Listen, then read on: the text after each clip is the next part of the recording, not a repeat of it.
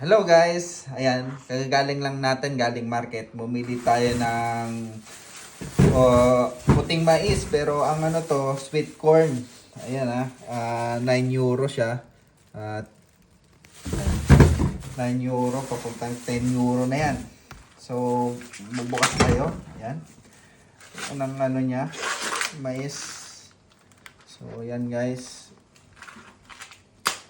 Colorful na mais to. May purple, may puti, may pink. Yan.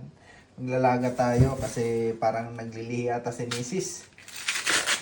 Gusto daw niya ng mais. Ayan oh. Ganda ng pagkapili ko ng mais. Yan. Maglalaga natin. So ayan.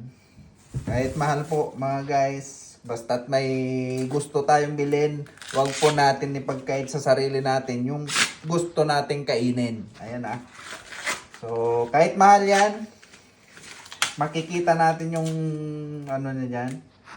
At least, may trabaho tayo. Kain natin yan.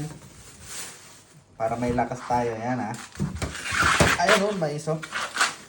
Ang ganda po. Pero 4 lang binili ko.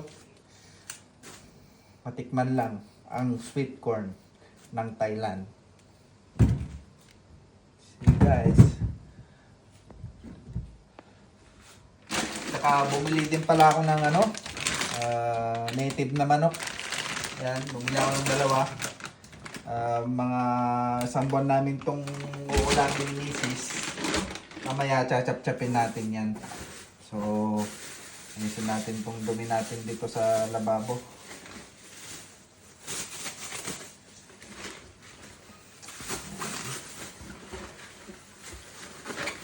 Sa Pilipinas to, ninanakaw lang namin to guys. Hindi namin binibili.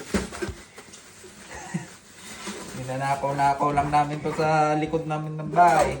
Yung may-ari pala, yung tatay pala ng asawa ko. Ay, ako. Pala, pag nag-aani sila, wala na daw silang maani. Ayun. Pinupulutan namin magpipinsan. So, yun muna mga guys. Bye!